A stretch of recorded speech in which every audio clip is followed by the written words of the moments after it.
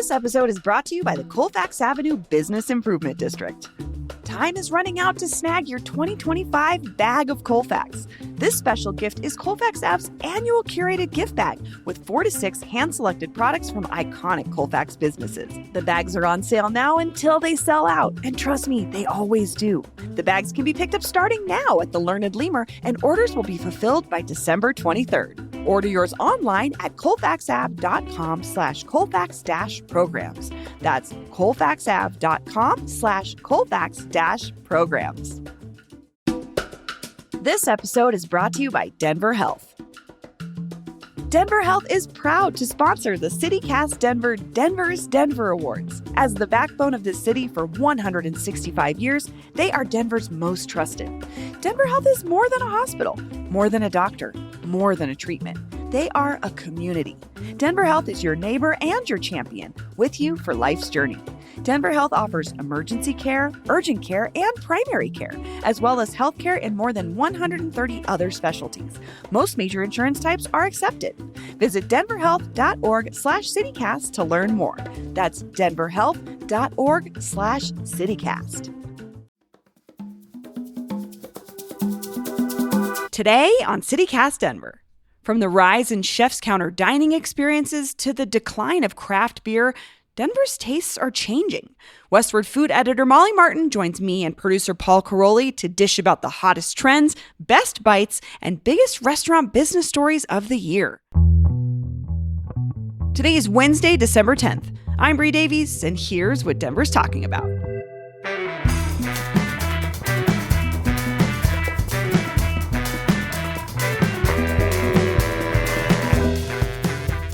Hey, before we get to today's delicious conversation about Denver's amazing food scene, just a reminder, we are halfway through our membership campaign and we need more of you to support this show.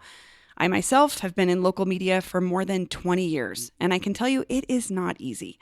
Newspapers fold and consolidate, websites disappear, TV stations just shut down. But we've been making CityCast Denver as a podcast for almost 5 years now, and it's incredible to see how many people value what we do. But seriously, we cannot do this without you.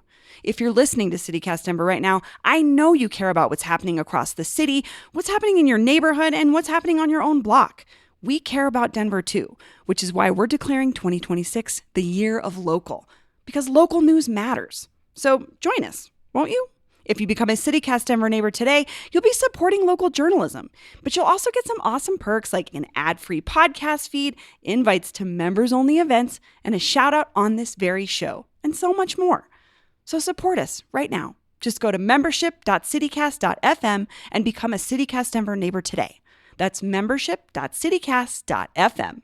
All right, on with the show. Molly Martin, welcome back to CityCast Denver. Thank you. I always feel like, why am I saying welcome back? You're here again. Happy Thank to be you. here again. You're frequently just a couple of walls away from where we record. Often I can hear you from my office. So. Yeah. I hope we sound good. Sure.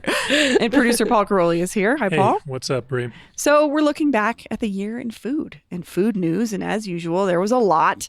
Molly, I'm sure you're hard at work looking back, thinking about these big topics, overarching trends, things that we may have forgotten about that happened in January.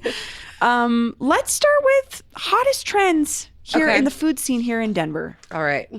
What do you flip to my notes? Okay. So, I mean, there are some fun ones. I think we had like the Korean fried chicken kind of popped a few years ago. And now like it's looping back to like, again, fine dining takes on fried chicken. I thought it was interesting. Mm-hmm. I saw quite a number of them. That would be like Pig and Tiger has a really, really wonderful fried chicken. Bear Leek has a fried chicken. Ruru has their fried chicken on a stick. So like fried chicken kind of having its little like, I can be upscale too moment. Sounds so good. Sounds so delicious right now. I did, so espresso martinis have obviously been a thing, I think, for a couple of years now. Mm-hmm. And I think it's finally giving way a little bit in two directions, where it's evolving from espresso martinis to the Carajillo, with people being like, this is the better version of an espresso martini. And then also martinis, a classic martini, being treated with a little more creativity. So I think of like Pig and Tiger again has like their Taipei Teeny, which is available in like fine or filthy. So fine is like bright and floral, filthy is like brinier, but they're made with like a whole smattering of ingredients that are kind of also cross-utilized in the kitchen. Rougarou's got like a Muffaletta martini, a Holy Trinity martini that has like bell pepper, celery, and onion flavors. So like, have you tried just the kind of one having fun with those? Boombats? Yes, the pasta ODBs. water martini. Yeah, I enjoyed it. I mean, I just love martinis. The pasta water martini? Yeah.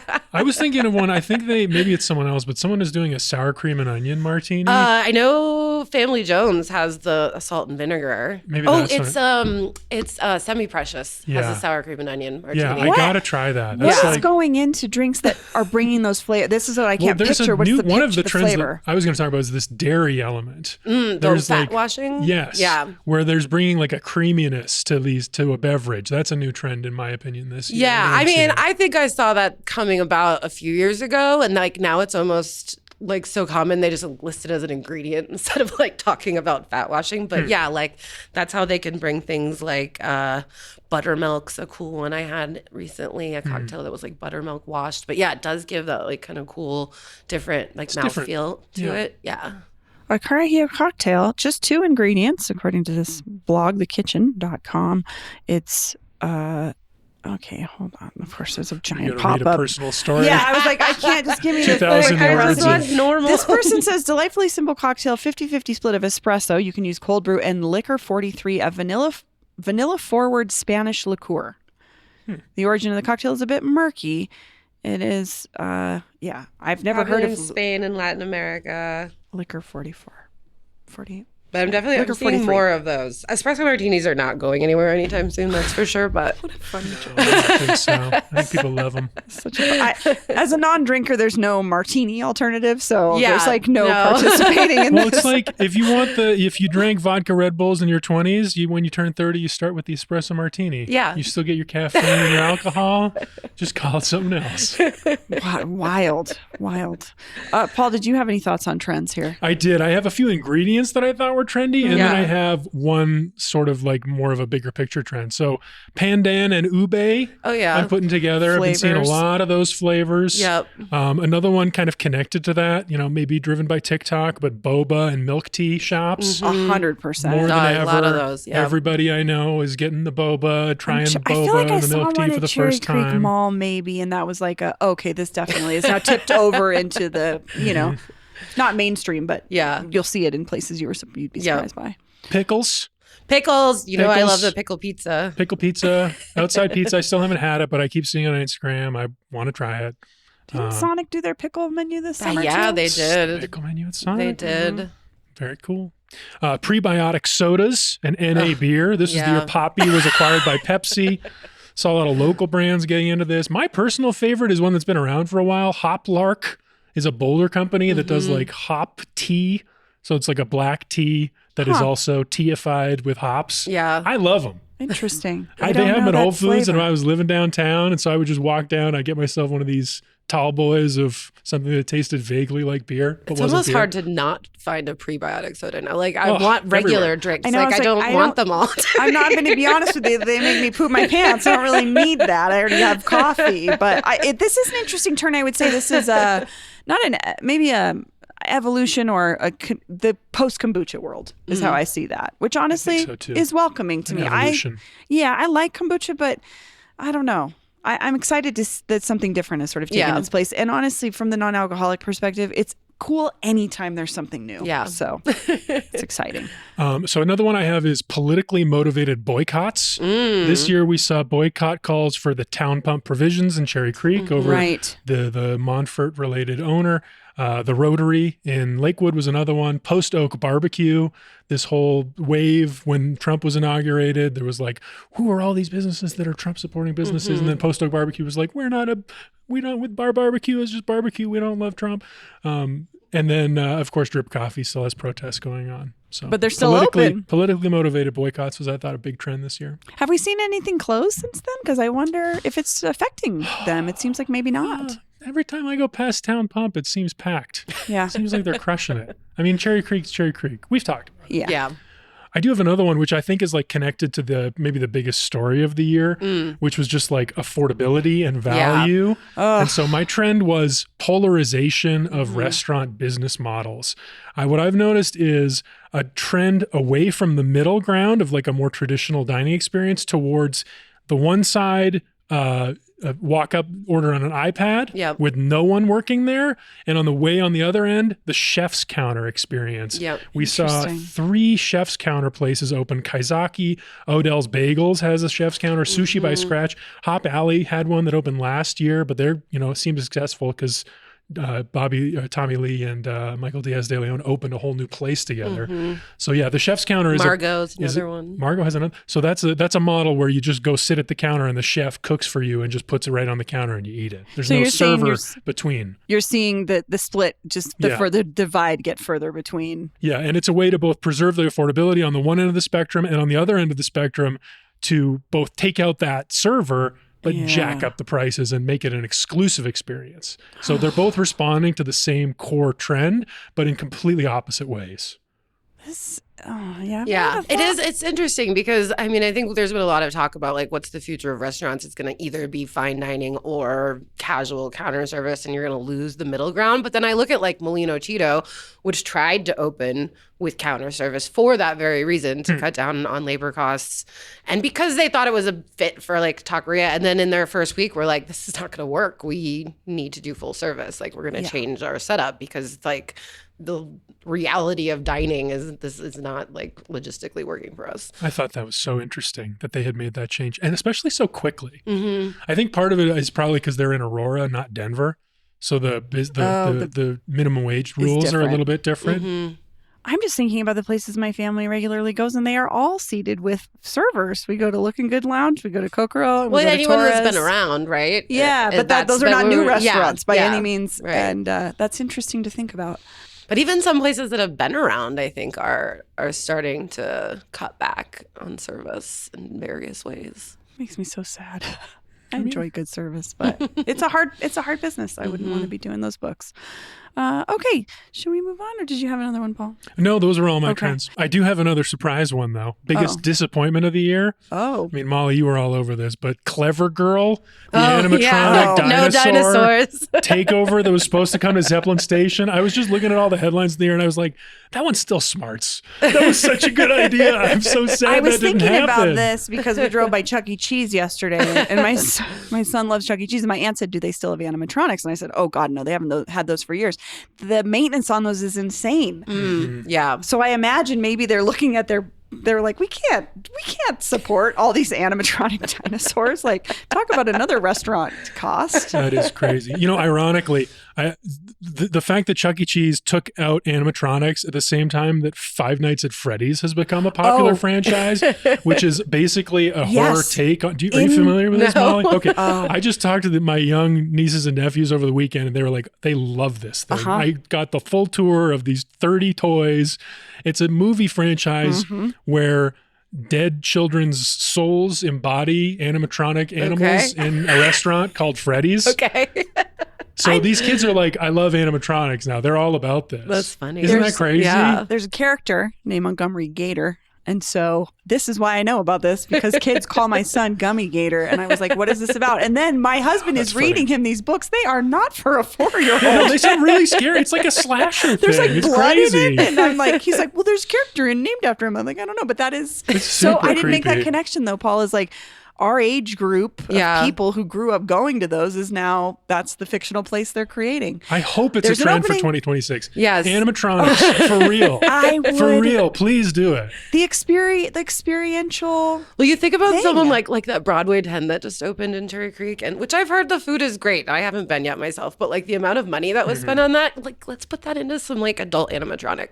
Well, I think the other. I don't need a swanky steakhouse. I want animatronic fun. The other data point on this same trend is that new F1 arcade bar. This is another place that sunk a crap ton of money into making a more experiential place to go out. It's not only about drinking, it's about these arcade games. I have not been there yet. It seems fun. It sounds great. So if anybody wants to dump a bunch of money into an animatronic restaurant, we will all be there. Okay, let's talk about best bites of the year. Best things you ate. Okay. I'm going to start with what I think was just the best meal I had of the year. And it was way back in February, but it was Black Cat Farm. It also wasn't in Denver. A couple of mine weren't in Denver, which I think is interesting too, is like seeing people operating, like doing what they want where they want, and like will diners come to them. But Black Cat Farm, I just like have to say that I think it's the most magical place you can have a meal in this state. Like it's Eric Skokin. He built he like hand built these beautiful greenhouses on the farm property. Oh, that's right. Where you go and have like an intimate meal. I think they can fit probably maybe 6-8 people in one of those greenhouses. So the scenery is beautiful. And then you're eating things that all have come from his farm, from like not just the produce, but the animals as well that he raises. The meal ends with like a tea that his son goes and picks like different stuff, and like so the tea's always changing, like the menu's constantly changing based on what's in season, and what they've preserved from the seasons now kind of this time of year, and it is just a really, really wonderful overall experience, and the kind of meal that you like dream about going back to. Paul, do you have a best bite? I got a lot of best bites, sadly. I just was looking through my camera roll of things I've been to, and I'm like, it's a great year of eating. Sea urchin at Kaizaki. Yeah. Kaizaki is like a 23-course sushi menu. I mean, my wife and I had a great time, but when I asked her, like, what's the most memorable one? We were just like, it's a lot of fish. So this was the one memorable one, the sea urchin. The tasting menus are so hard to pick out a best bite from, because I think you get immersed in the experience, as you should, and then you come away and you're just like, everything was great. I loved it all. Although, I mean, I would love, I don't know. I think maybe that just, to me, that means we need to raise the bar of expectations for these people. Like, if you're giving me an expression of something, like I want to remember something. Anyway, the dessert in Malinche Audio Bar, it's nixtamalized corn with salmon roe on top. This blew my mind. About this. And I didn't have dessert when I went. So. That's a dessert? That's a dessert. It's delicious. Birria walking taco from Los Socios Birreria on West Colfax, a new place that I really enjoyed. Got the Fritos from the 7-Eleven next door, walked them over. A classic. I lived downtown for a few months and I just like totally fell in love with De Corazon. I think I am now telling people this is my favorite Denmex spot, and especially for the fried wonton wrapped chili relleno. I was back there 2 weeks ago. No one does it as well as they do, in my opinion. It's so good. That's the place to get it. Szechuan chicken at Hong Kong Station in Centennial. On your recommendation, Molly. Nice. I was there recently. I loved Which we it. now have a Hong Kong Station on Colfax. So I made plans to meet some friends down there, and I literally drove past Hong Kong Station 2 on the way to Hong Kong Station 1, and it was empty, and then the Hong Kong Station 1 was packed.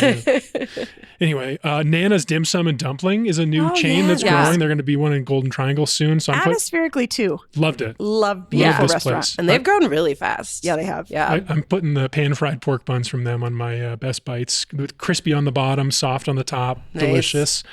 The Italian sandwich from Curtis Park Deli I've talked about. Shakshuka from Istanbul Cafe. They put that on the menu this year. It's not a traditional shakshuka, not at least from the Levant, where I know when I first started eating shakshuka, more of a Turkish style, but I really enjoyed it. That's a good breakfast.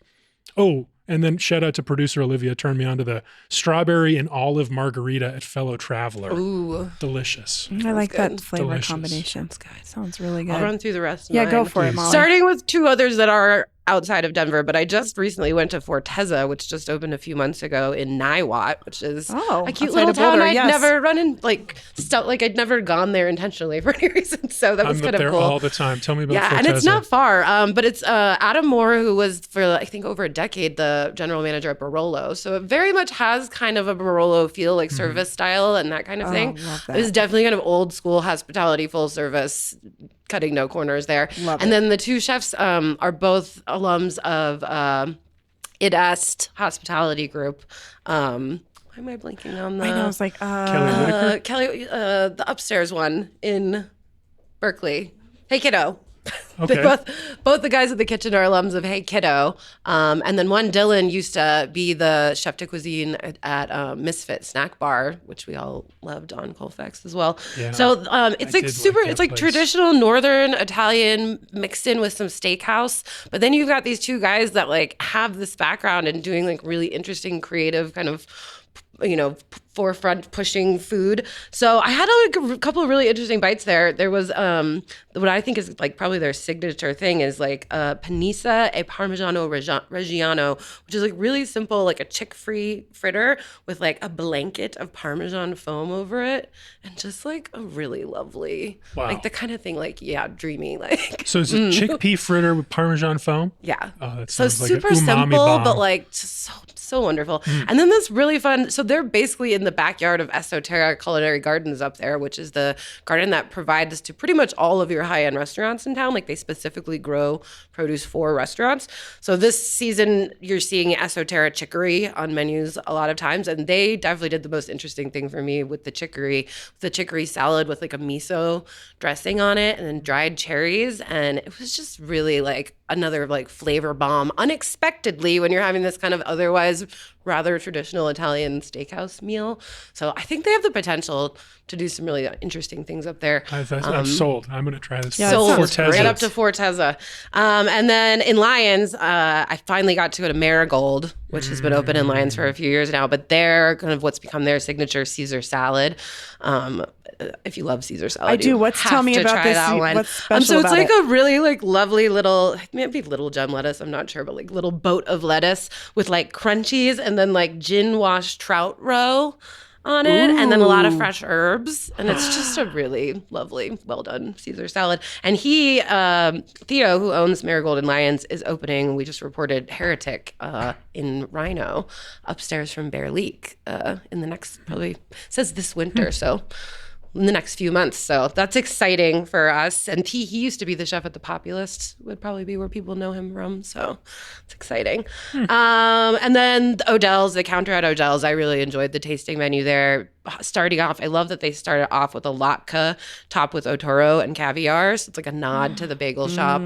Loved that. Sandwiches, you mentioned Curtis Park Deli. I just did our whole sandwich guide, and I like still can't stop eating sandwiches. The one I do you have a best in the city? Yeah, my very favorite is the Jamembert from Get Right's. Like the first time I had it, I was splitting it with someone, like, and I'm eating it in the car, and I was literally like, I'm not sharing this with you. This is the best thing. You know this deal? So now whenever I go, I'm like, one for me, one for you, whoever I'm with. I'm not sharing it. It's so good. What's the sandwich? A Jamembert. So it's literally just ham and butter, but it's warm, and herbs are in the butter, and it's like an excessive amount of really good butter. I'm gonna go eat this right now. And like really thinly sliced ham. Like it's just the best of every. Again, simple. Do they have a patio? Is the patio looking good? They do have a little patio looking? now. It looks really nice. It's really cute. Yeah. Haven't been over in So on a nice day, where's Get go Right? over there in Wheat Ridge.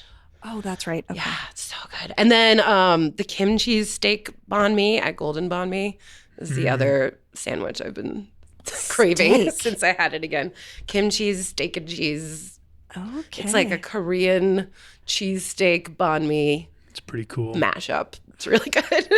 That's Parker Road. That's Mama over Joe's in is in my neighborhood and opened this year. They had a food truck for a long time, but I kind of like anytime I have barbecue, I tend to love the sides. Like that's what gets me excited. So their pimento mac and cheese and their collard greens for me are standouts.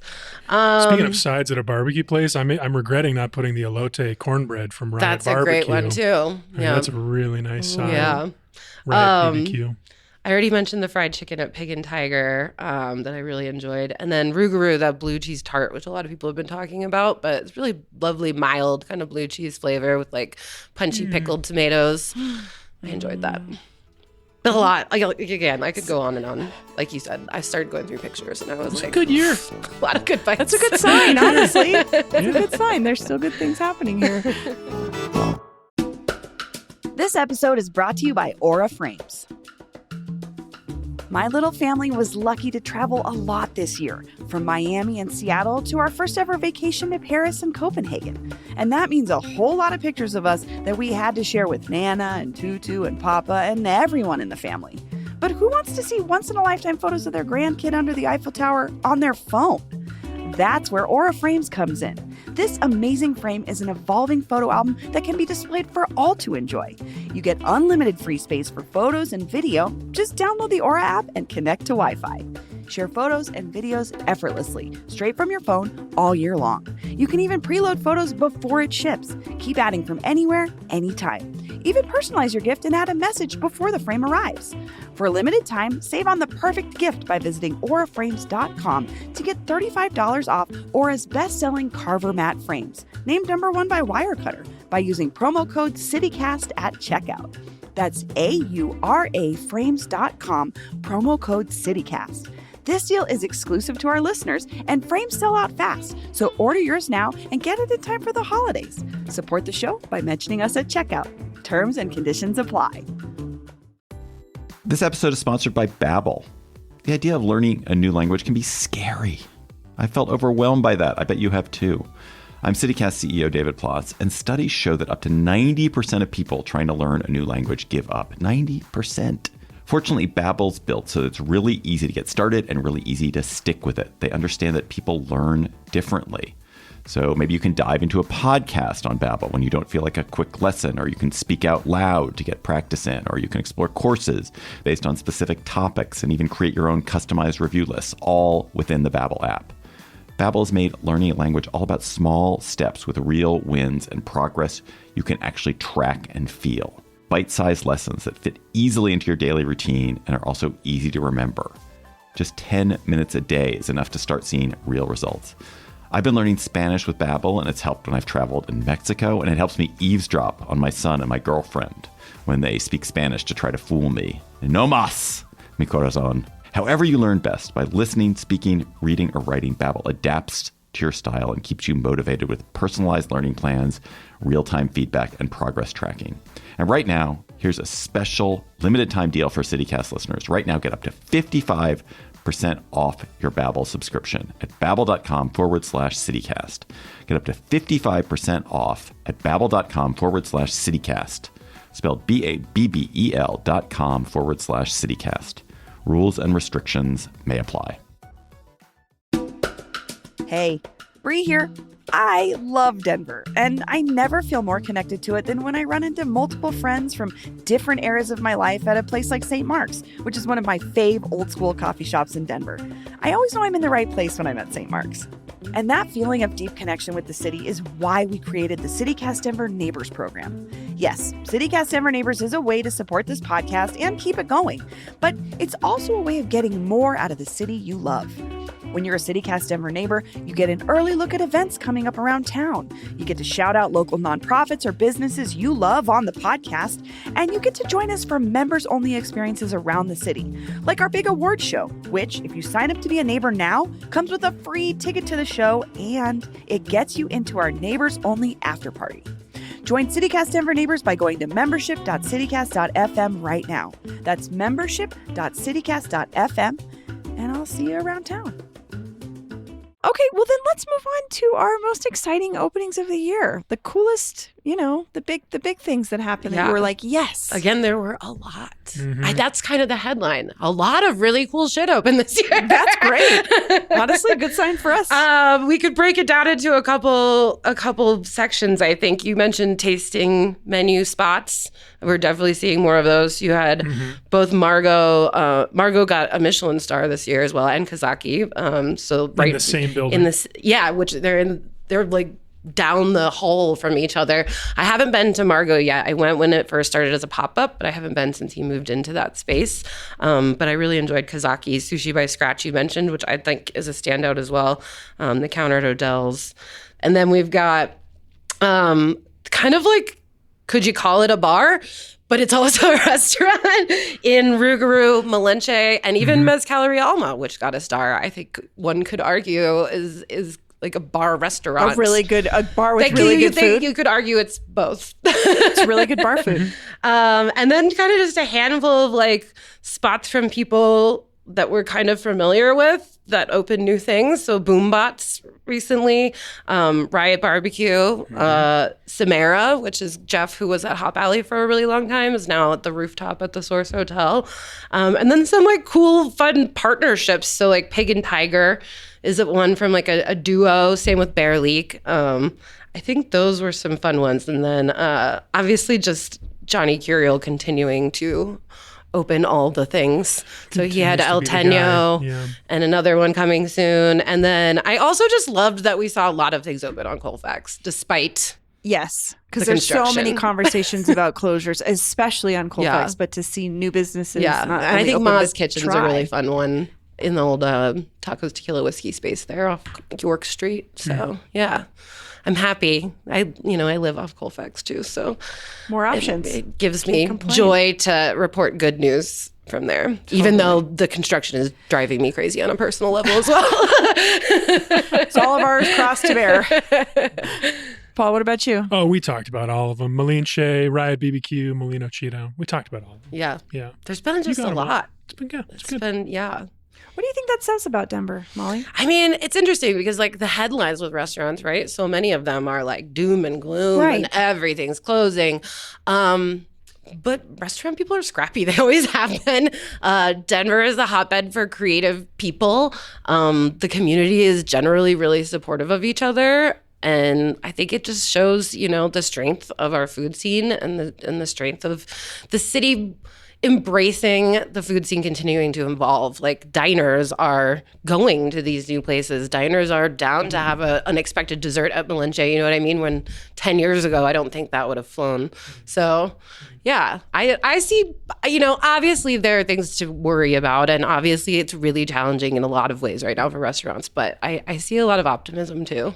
I think that's just helpful to remember because, like you said, there's so many closures, and then when a big one happens, and it's like everyone really doesn't focus on the fact that there are still not only restaurants surviving, but new ones are taking the chance in Denver. Yeah, and new ones good that are sign. doing interesting things that we haven't seen before. So I think the story that I'm interested in is it's this story, but it's the why. All these complaints we hear about restaurants being so, it's so hard to make money in Denver. The labor costs are so high, you can't make money. But people keep bankrolling new restaurant concepts. And some of these chefs are more established. They got a great pedigree. Like I understand why Michael Diaz de Leon, Johnny Curiel are getting money to open new places. Mm-hmm. But there is, and I'm curious, and maybe this is a project for the new year, about who are these people that could keep betting on this market for restaurants? Mm. Who are those people? Mm-hmm. Where's the money coming from? Because there was that big story about folks leaving, right? Like Troy Guard, I think, was the biggest one to come back. Yeah. But like this conversation about people leaving. So yeah, who are these people that are saying, actually, we're not only staying, we want to bring some new things to Denver? Because I don't think it's the chefs. I don't think it's these chefs whose names are in the Westward. Oh, It's- like where the money's coming from? Yeah, there's probably like a handful of people who are very wealthy who are putting up the backing for a Boombots, for a Malinche, but I don't know their names. yeah, I don't know either. I know. I was like, these are the people I don't know. I don't know the money. Any other big stories, Paul? I know you wanted to talk maybe about the Casa Bonita Union. Casa Bonita Union. This is a labor Yeah. conversation ongoing. I don't know if I have much to say about it. I did hear from my source, one of my sources at Casa Bonita, that servers and gift shop workers voted last week 68-45 to unionize with IATSE. So that comes after the performers went on strike for 3 days in October. That's right. But apparently Matt and Trey are not budging on salaries in the negotiations for those performers. They are just philosophically opposed to making any concessions on salaries. And those negotiations sound like they are at a standstill. Oh, did either of you go to Casa Bonita this year? Not this year. I think I did go No. this year with my parents. Loved it. Everyone had a great time. I Yeah. haven't been back this year, but I was invited to go and I said no Ooh. because I had my fill. Enough Casa Bonita. I've got it. Yeah, I get it's not the kind of place that you want to frequent. It's like, Which is the it's a big treat. challenge for them. They got to keep it fresh. And this is what Matt and Trey are I trying was to like, do. I don't know about that. My kids asked 500 Oh, times to go, and kids. it's The kind kids of asking hard. for sure. Because an adult going on your Yeah. own, you're not gonna I don't need to go on the regular. Yeah, I think we're slowly still resetting our expectations as people that had our birthdays there to understand Yeah. you can't just throw your birthday there Yeah. anymore. It's just not the case. Yeah. Another big story. This is kind of on the flip side of the rise of the prebiotic soda and NA beer. Breweries closing, continue to closing, and breweries are consolidating. Yes. The closures include True, Bandit Oak, Over Yonder, Incantation, Backacre, and the Blue Moon Bar in Rhino. And also soon Call to Arms. Soon Call to Arms, that's true. Just walked in there. It's so beautiful. And Go enjoy Dry their- Dock. Yes, both, yeah. What do you guys think that says about the beer scene here? Oh, people aren't drinking beer as much. I mean, that's all. Yeah, people aren't drinking as to. much. Period. Not as much demand. And it for a long time has been a saturated market. I mean, I'm not an expert in the beer scene, but in talking to our writers who help cover that beat, I mean, I think they are hesitant to be like, oh, there's like a crisis. We're going to see a lot of places closing. It's kind of like restaurants. Like you see the headlines, of course, but there's also there's also new ones opening. A lot of these are immediately replaced with another beer brand. So but the core trend is real. The core trend is real. There was data in the New York Times this year. Only 54% of Americans report drinking alcohol. That is lower than it's been in 90 years. Oh my gosh. People are not drinking as much. I'd be curious so what the numbers are. I wonder if anyone's done a study on that, like Denver specific. I'd be curious. Me too. Yeah, I would be too. Yeah. I also just think too that breweries that maybe are sticking around are some of those that have created a community that's not just about beer. I just know from doing our events listings, there's some breweries that do something every night of the week. For sure. And a lot of them have kind of expanded, like doing like cafe coffee, being kind of a coffee shop in the morning. Which I think is genius. Yeah, a lot of them have added kind of additional programming to, and then like you said, the consolidation has been a big thing. That's the other piece. Is at the same time, the big name here is Wilding Brands, which is the owners of Denver Beer Co., Stem Ciders, and Funkworks, which is such a funny mix of brands has come together to form this Wilding Brands, and they are gobbling up other breweries like crazy, including most recently Upslope Brewing, but also Great Divide and Station 26, which is a favorite of mine for the Juicy Banger IPA. I was just thinking about Races. That was the other big brewery story, but that was beyond beer. I think it's part of the same story. I mean, why didn't they pay their bills? Not have people buying beer. And that was one of the those community spaces that really functioned. I went there a lot and I didn't drink. Yeah. So it'd be interesting to see. I guess let's look forward to 2026. What are you both looking for? Anything you're thinking about or seeing on the horizon or? Big stories coming. I mean, the minimum wage, we know the minimum wage debate is coming back. We know the mayor's interested. At least there are strong indications that he's interested in pushing on this. So there'll be another fight about it. Yeah. And if Denver doesn't have a fight about it, Polis wants to have a fight about it at the legislature again. You know? What do you want? Well, maybe what do you hope for? Is there anything either of you are hoping Denver gets or something that we just have? I mean, I'm just hoping for more diners. I'm hoping somebody takes over some of those spaces. I mean, we didn't talk about two places that are now the spaces are available again. Benny's, which we just reported on, although it seems like that whole property is up for sale and that could just get knocked down. That's what I was They're not really trying to push happen. it as a turnkey restaurant space or anything. Yeah. But the Breakfast King space sitting spot. there empty again. I would love to see someone open like just basic diner. Basic 24-hour diner. We don't need a reimagined, trendy, 2026 take on a diner, just a regular diner. Yeah, that's my hope for Denver for next year. Yeah, I would love to see more. I mean, I hate the idea of like a mid-range restaurant going away, and I hope that somebody out there can figure it out. How to make it work. Yeah. Paul?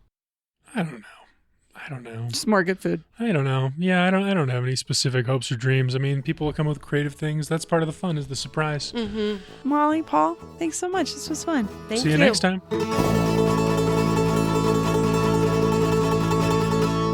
Hey, before we go, I'm just popping in again to say that we are in the middle of our membership drive and we need a whole lot more of you to become CityCast Denver neighbors so we can meet our goal. If you sign up to become a member today, again, you get lots of cool perks, including this time around a free ticket to our Denver's Denver Awards on December 18th.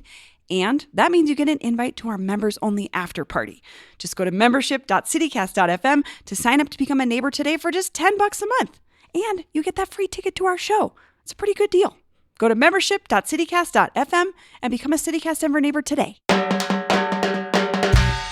That's all for today here on CityCast Denver. If you enjoyed this show, why not take a minute to tell Wilding Brands CEO Eric Foster about us? Rate the show wherever you get your podcasts and subscribe to our morning newsletter and learn more about us at denver.citycast.fm. We'll be back tomorrow morning with more news from around the city. See you later.